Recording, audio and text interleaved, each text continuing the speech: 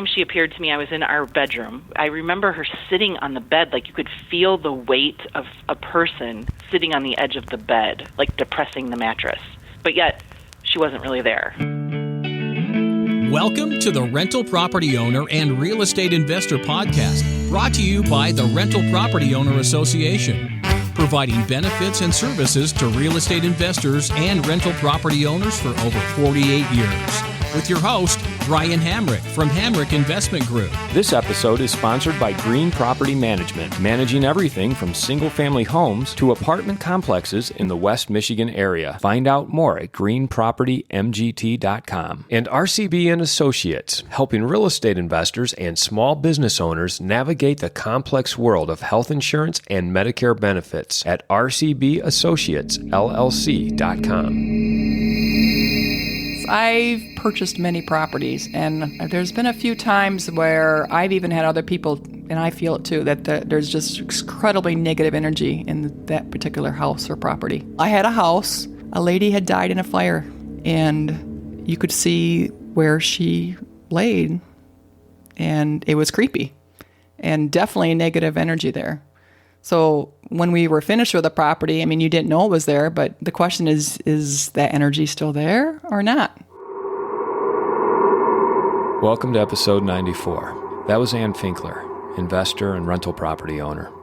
Today we talk with people like Ann, tenants, investors, and homeowners who all have one thing in common. They've experienced things that don't make sense. Things that seem to be strange, supernatural, or even impossible. Some might say that this is an episode about ghosts, spirits, and the energy that's left behind when someone dies. But for those of you who are more skeptical about these things, we'll just say that this is an episode about the tenants who don't pay rent. Story number 1 starts in Mexico, and it comes from Gary Hall, my guest on episode 89. This is an area on the east side of Tijuana, nowhere near the nice neighborhoods. We had a police officer gunned down in front of our apartment complex recently, so everyone's on edge. And 2 of my friends are living in an apartment, ground floor. Every day that they woke up, their stuff was in different locations. Nothing was missing. Just their stuff that they had left there the night before was somewhere else. And they were starting to get really paranoid, and they were trying to stay up really late to see what was going on. And so I don't know what it was. So they felt someone was coming into their home and moving stuff. Into their home. Now, these are cement homes with metal bars over every window and a fence around it, a 6-foot, 10-foot fence. This isn't a place you can just show up. And so one night, there was a window in between the kitchen and their living room. And they say that someone showed up. They say there was someone standing there staring at them in the kitchen. They got up, they ran out, and they never came back. They broke their lease and refused to live there again. And what did they believe it was? They say it was a ghost. They can't think of any way there could be someone else in the apartment. Several of our stories today happen in Heritage Hill, which is one of the historic neighborhoods in Grand Rapids. Stephen DeKoster describes an encounter that happened in his home. Back in about 2000, we moved into a large mansion in Heritage Hill, built in 1891, and it's modeled after an old English castle or manor house. On one of the moving days, we had hired a clock retailer, and he had come to move our old grandfather clock over to the new house here. He brought with him a helper, a young man. I could tell that he's a little bit different, someone unusual. And he said to us as we walked into the foyer, who was that man? Who was that man that just went through the dining room, which he could see from the foyer, and walked into the kitchen? And I kind of looked at him because there were only the 3 of us in the house. I said, well, what did he look like? And the young man said, well, he was dressed as a butler. I said, really? How fascinating. So I asked him more about it, and I said, well, did he say his name? And the young man said, he didn't say anything. But I can tell you what, there was a big sense of guilt around him. I said, really? What do you mean by that? What was he guilty of? And he said, I don't know, but it was something very bad. He still feels bad about it now. Of course, there was nobody there. So we have no idea what he was seeing, but he was very sure of himself. The strange thing about it is that the primary owner of this house through the years was a very wealthy businessman, and he and his wife had a live-in maid and a live-in butler. Stephen and his family never did see the butler themselves or find out what he was guilty of, but they did notice strange things happening in the house, like lights turning off when no one was around. Coming up, what's it like living in a house with a notorious past, especially when things from that past never left? I'd like to take a moment to tell you about Green Property Management. Not only do they manage everything from single-family homes to apartment complexes in the West Michigan area, they also manage my entire portfolio. So I can tell you from personal experience that their unique flat-fee management style is worth a closer look. If you feel that your property isn't operating to its fullest potential, then Green Property Management can help you take a holistic approach that will save you money, eliminate your headaches, and increase your net income. And if you're a property manager interested in applying Green Property Management's model, give them a call at 1-866-95-GREEN or visit them on the web at greenpropertymgt.com. Brandon Krieg, our guest from episode number 26, grew up in a house with a sordid history. It was in a small town, and this house had initially been built as the brothel of the local area. The previous owners to us had passed away in the house from emphysema, I believe. I think they may have both passed away in the house. I know the husband did because he was the one with emphysema, and they found him in this bathroom. And when I found that out, I didn't use that bathroom for like a month. It creeped me out. This house just had a number of odd things happen in it. The first one that I can remember most clearly was just sitting on a chair watching TV, this old wicker rocking chair, and I was sort of rocking it, and I stopped, and it just sort of keeps moving. Me being 6 years old at the time, it doesn't really strike me as weird. Whatever, maybe it's just continuing to move. And it wasn't weird until I tried to get up and couldn't. It felt like there was something blocking me, not a weight, but just an inability to get up. It was like I was trying to move into a wall. My oldest sister reported a lot of walking kinds of sounds just at night. And part of her is like, maybe it's just a creaky old house, but it sure sounds like footsteps. Now, my mom has a lot of things that she brings up with this house in quiet tones. A lot of this seemed to be happening in the kitchen, was a popular spot, things that turned on being turned off and things being unplugged that were left plugged in. So in the kitchen, she would sit and be sitting there working, look over, and the washcloths would flip back and forth and then stop, almost always 5 times. Weird. There's no wind. It's the middle of winter. Nothing's open. And it's one washcloth, always in the same spot. So that was weird. In the middle of the summer, she was sitting on a bench. This is one of my favorite / weirdest ones. She's sitting on a bench shivering in the middle of August. Radiator heat, no AC. So my dad comes in from working outside on the lawn. He's, drenched in sweat, super hot. Walks in, he's like, "Are you okay? Like you're shivering in the middle of August. Like we should go to the hospital because there's no reasonable explanation for why you'd be shivering right now unless you're sick." And so she's like, "I don't know. I just feel so cold." And he reaches his arm in to sort of help her get up, and his arm just goes ice cold. when he goes, he pulls it back out, and it's like, okay, I think moving from this spot is a good idea. So he picks her up and moves her out of there, gets her warmed up. And the last sort of really weird one that I remember, anyway, them relaying to me, it's always late at night, about 12:30, and both of my parents would wake up and hear this hacking cough. Just, the like getting something out of your lungs kind of cough. And of course, my dad would get up, grab a baseball bat. He was a reserve police officer. So first couple times he grabbed his gun too. Goes downstairs, there's nothing there. And anytime he kind of gets close to the sound, that feels like it's somewhere else. And so eventually he's like, I looked everywhere. There's nothing here. And then it just stops at a certain point. And this happened 4, 5, 6 times over the course of the first couple of years. And eventually my mom was like, okay, this sounds crazy, but literally we're here. We're safe. We're taking good care of your house. Please stop. You're scaring everybody. Like she's like by herself talking to the house, feeling a little bit like a crazy person. And, just spoke really calmly and honestly, and then nothing ever happened again.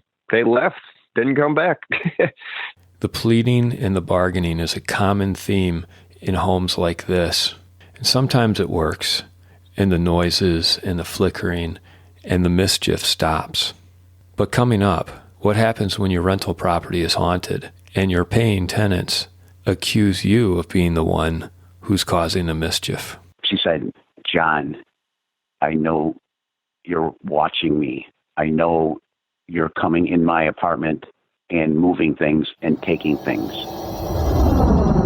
If you are thinking of leaving your W-2 job and becoming a full-time real estate investor, one of the greatest costs you must consider is health care for you and your family. When I made this transition 5 years ago, I found the whole healthcare insurance process to be confusing and frustrating. That's why I'm glad I met Chad Creasy at RCB & Associates. Chad is a professional health insurance agent who helps real estate investors and small business owners understand and choose their best healthcare options. And best of all, his services are covered by the insurance company and won't cost you a dime. If you're expecting a change in your healthcare insurance coverage for any reason, then you owe it to yourself to contact Chad Creasy at rcbassociatesllc.com. Next up is John Potter from episode 48.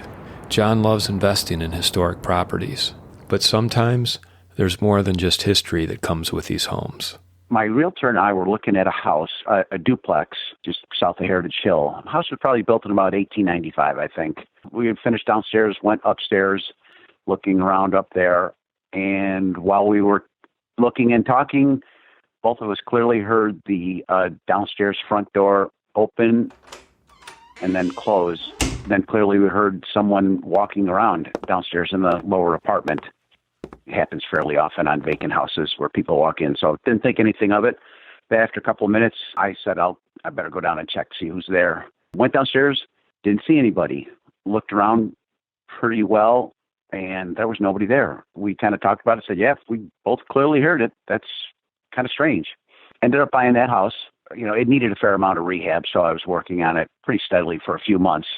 One day when I was there by myself, again, I was working upstairs, and I clearly heard the front door open and close. I heard somebody walking around and got down there as quick as I could and could not find anybody. So now I'm starting to think this is unusual. So we finished up the rehab, got the place rented out. I had a lady that was living upstairs, older lady. I think she was living by herself. She would say to me, kind of complaining that somebody was getting into her apartment and messing with things, moving stuff, taking things. One night, we're sleeping in the middle of the night, phone rings.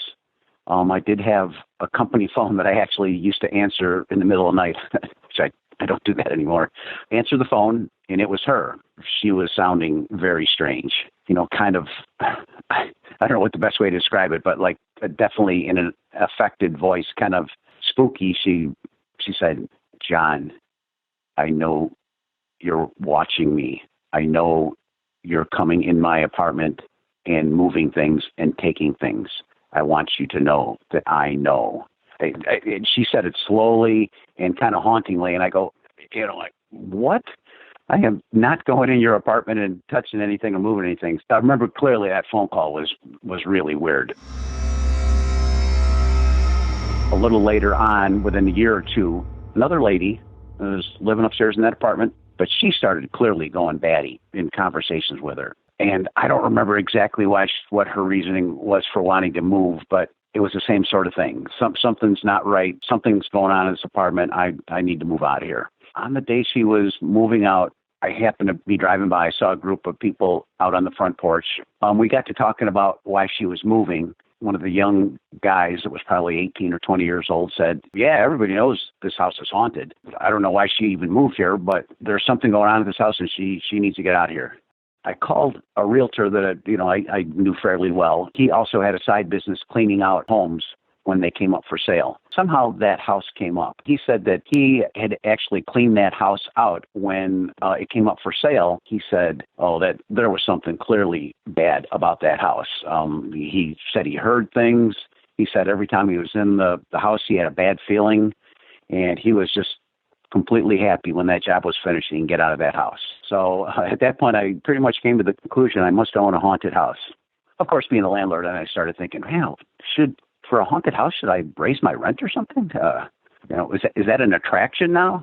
John hasn't heard any more complaints or accusations from his tenants in the past 10 years, so I guess he won't be able to charge more for renting out his haunted house.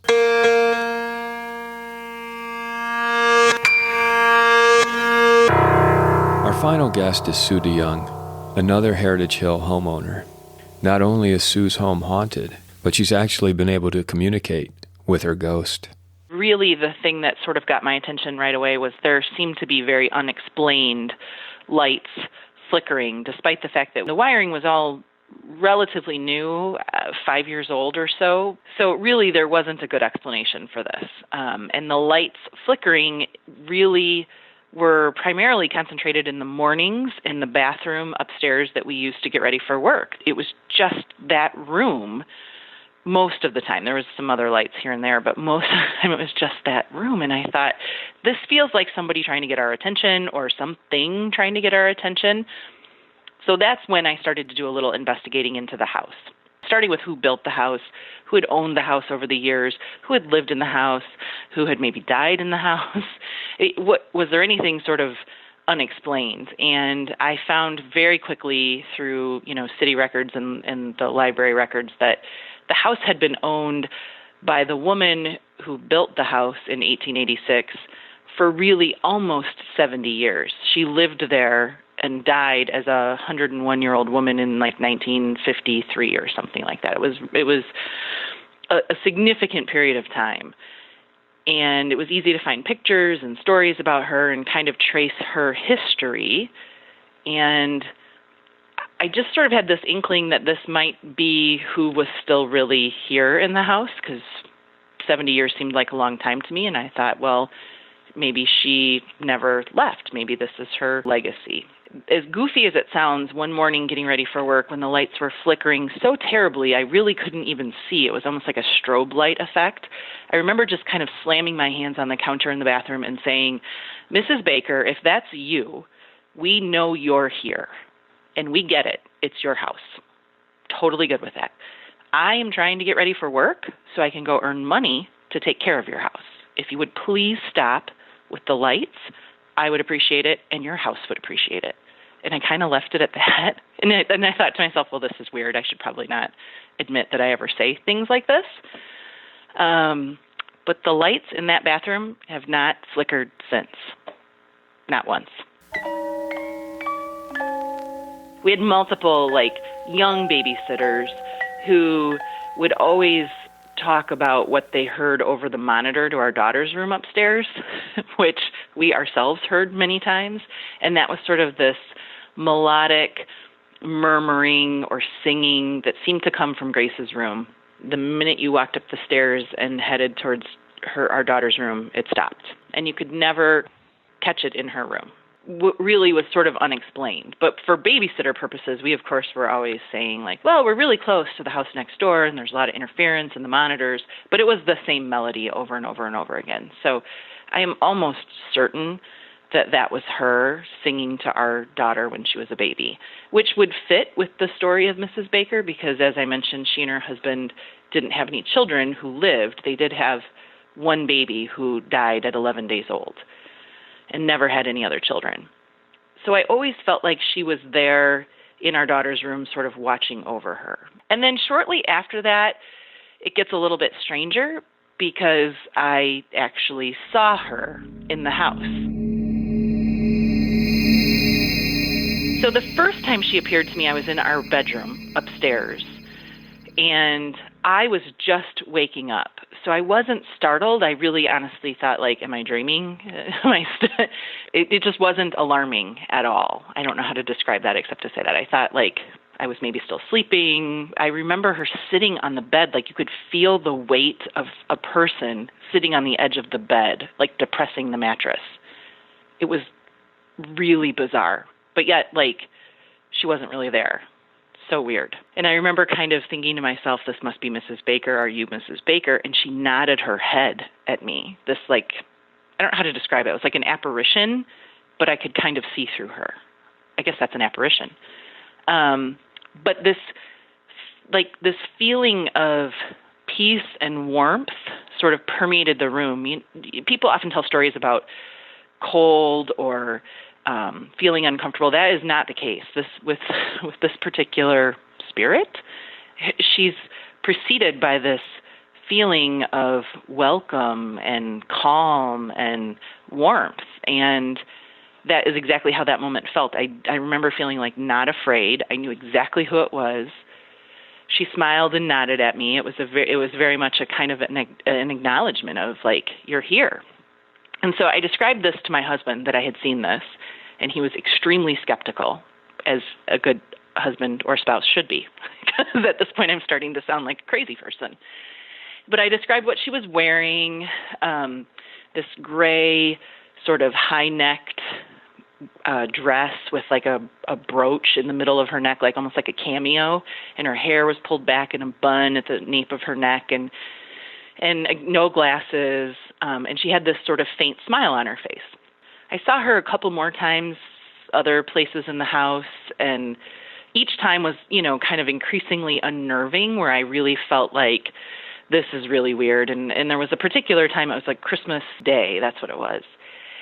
And I was in the kitchen, and I felt like I was being watched. I was kind of cleaning up. We'd had a big family holiday, and I was kind of doing the last of the dishes. And my husband came downstairs with our then 2-year-old and said, "What's wrong?" Because I had apparently turned ash gray. And I said, well, I felt like somebody was watching me, and I turned around, and there she was, standing in the corner of the kitchen, looking at me and smiling. Again, always with the smile. Fast forward, and we had an older woman as a nanny one summer who spent a lot of time in our house, and out of the blue, after a couple of weeks, asked me, "Hey, I'd be curious to know about anybody who used to live in your house or owned your house." And I said, well, that's a curious question. I mean, we live in an old house. Lots of people have lived in it. Why do you ask? And she said, well, I'm just wondering if ever there was a woman who might still be around. And I said, oh, that's an interesting question. Have you seen something? And she said, well, I don't really want to admit this, but I do feel like out of the corner of my eye, I saw someone kind of watching me. And when I turned, she was there. And then when I looked again, she was gone. And my husband was standing there. And all along, he had been a little bit skeptical about these sightings of Mrs. Baker. But this woman said, I said to her, could you describe what you saw? And she described a woman in a gray dress with a high neck and a brooch at her neck and her hair in a bun and no glasses. And I said, and I'm starting to kind of think like, oh, good, I didn't imagine this. And I said, do you remember what her facial expression was? Anything about that strike you? And she said, oh, I have to think about that. Yeah, I think almost she was smiling at me. And my husband's eyes got really, really big. And as soon as we kind of were over that encounter and were alone, he said, okay, I totally believe that you guys have seen the same thing, that you're not the only one.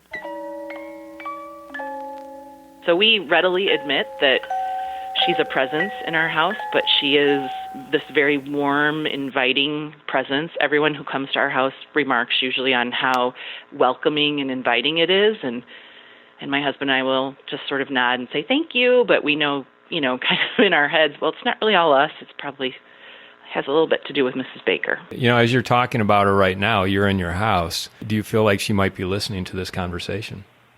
That's a good question. No, I don't actually, which is weird. But I do get the feeling that she's there sometimes. It's that sort of a little bit uneasy, like you feel like you're being watched. And I do feel that quite often, but I don't feel that way right now.